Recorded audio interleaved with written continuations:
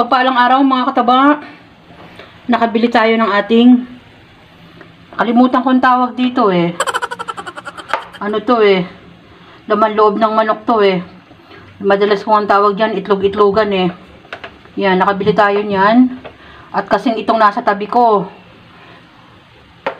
Wow, meron nun. Yan, no? Tignan nyo, nagtutwinkle ang mata. Tapos yung matigas na part, yung balon-balunan, inuuna ko munang pakuluan. Tapos yung sabaw niyan, ipang sasabaw ko rin mamaya. Simpleng adobo to pero malasa to. Tapos, yan, nakikita nyo may waiting kasi dyan ko ilalagay yung pinagkuluan. Meron tayong bawang, sibuyas, siling red, kalamansi. May halo tong lemon para mas mabawas ang lansa niya. Tapos yun, yung binabanggit ko yung ating itlog-itlogan. Ito lang ang hinahabol nila dyan mga kataba, oh. Yan, kung pwede nga lang bumili niya na puro ganyan eh. So yan, i-adobo natin yan. Balikan natin. Napakulo ko na. Nilagay ko na yung bawang sibuyas.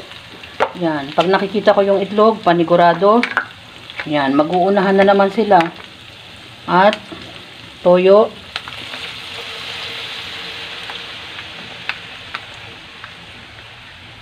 Suka. Kasi pangalawang kulo natin ang ating kalamansi.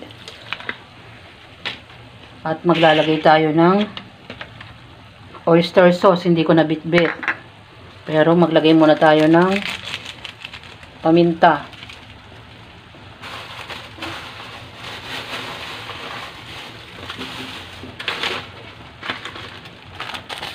Pampalasa. Ajinomoto. At ang ating pinagkuluan. Yan, kasama ng siling red. Pabayaan muna natin, wag muna nating haluin. Gawa ng ating suka. Balikan natin. Lagay na ako ng oyster sauce. Ayan. Pwede na nating haluin. Sayang kasi may pumutok. Yan, hindi nila papansinin yung pumutok. Pero yung mga buo, pag-aagawan nila yan, mga kataba.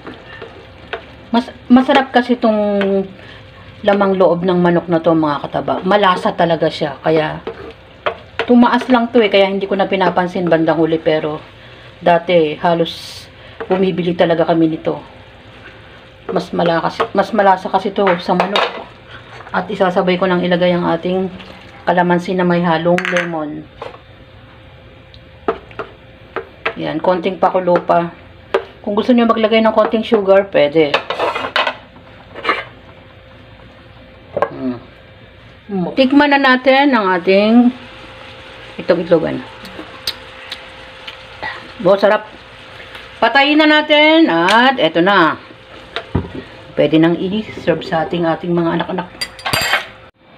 Nakabili tayo ng laman loob ng manok, mga kataba.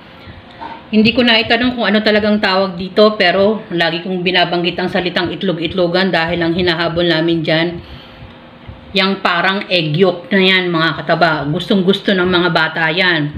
At pinapakulo ko muna ng matagal ang ating balon-balunan dahil yan naman ang matigas dyan sa part na yan. Malasa yung laman loob ng manok na yan, mga kataba, kaya gusto ng mga bata. Mas masarap pa sa chicken. Yan ang ating adobong laman loob ng manok at kasama naman ang ating simpleng prutas na mangga at papaya. Pag nagkakaroon tayo ng pagkakataon mamili sa palengke o sa ukay, mga kataba, bumibili tayo ng iba't ibang klase ng prutas na affordable. Enjoy, kumain at maging masaya. Salamat sa panunood! Mag-ingat kayo, mga kataba, dahil sa sobrang init ng panahon at tignan natin yung mga advisory na ibinibigay sa atin kung paano tayo mag-iingat. At bye! Ingat, mga kataba!